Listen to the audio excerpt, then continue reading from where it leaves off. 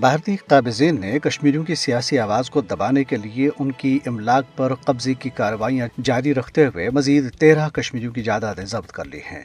بھارتی پولیس حکام نے کشتواڑ میں ایک آپریشن کے دوران ان 13 کشمیریوں کی جائیدادیں ضبط کر لی ہیں۔ یہ تازہ ترین اقدام اگست 2019 میں مقبوضہ جموں کشمیر کی خصوصی حیثیت کی منسوخی کے بعد سے کشمیریوں کی املاک پر قبضے کی مودی حکومت کی جاری مہم کا حصہ ہے۔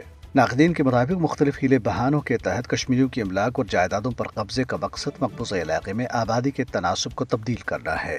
بھارتی قابضین نے ضلع ادھمپور کے علاقے پونار سونی میں کالے قانون پبلک سیفٹی ایکٹ کے تحت ایک کشمیری نوجوان کو گرفتار کر لیا۔ Jammu Kashmir young men's league نے مقبوضہ جموں کشمیر کے ضلع اسلام آباد کے علاقے ویری ناگ میں پارٹی کے وائس چیئرمین زاہد اشرف کے آبائی گھر، بھارتی پولیس اور بھارتی سیکورٹی فورسز کے اہلکاروں کے چھاپے اور اہل خانہ کو ہراساں کرنے کی شدید مذمت کی۔ زاہد اشرف کے گھر پر آج صبح چھاپا مارا گیا اور ان کی عمر رسیدہ والدہ سمیت ان کے اہل خانہ کو ہراساں کیا گیا۔ اس موقع پر بھارتی قابضین نے 4 موبائل فونز بھی ضبط کر لیے۔ کل جماعتی حریت کانفرنس کے سینئر رہنما میر وائز عمر فاروق نے کہا ہے کہ تنازع کشمیر کو طاقت کے وحشانہ استعمال کے بجائے صرف مذاکرات کے ذریعے ہی حل کیا جا سکتا ہے۔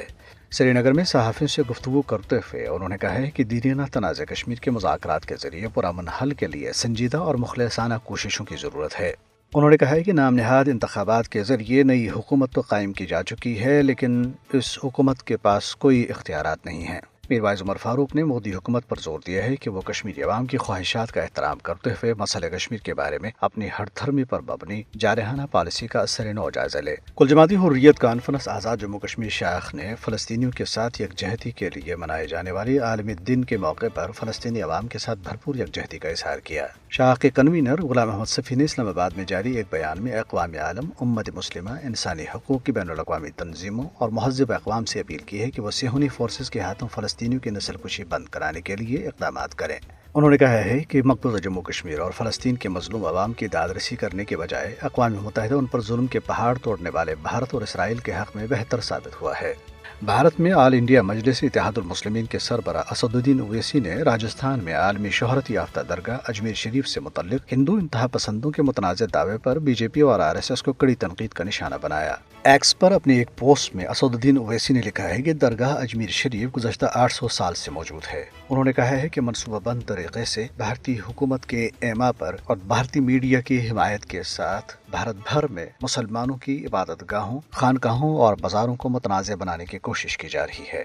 دوسری طرف انڈین یونین مسلم لیگ کے سینئر رہنماؤں سمیت ریاست کیرالہ سے بھارتی پارلیمنٹ کے 5 مسلم اراکین کو اتر پردیش کی ہندو انتہا پسند یوگی آدتیہ ناتھ حکومت نے تشدد سے متاثرہ شہر سنبھل کا دورہ کرنے کی اجازت نہیں دی، جہاں مسجد کے سروے کے دوران فرقہ وارانہ تشدد سے بھارتی پولیس کے ہاتھوں 6 مسلمان شہید ہو گئے تھے۔ ریاست مدھیہ پردیش میں ذات پات کے نظام پر مبنی تشدد کے ایک واقعے میں نچلی ذات کے ایک دلت کو وحشانہ تشدد کا نشانہ بنا کر قتل کر لیا گیا۔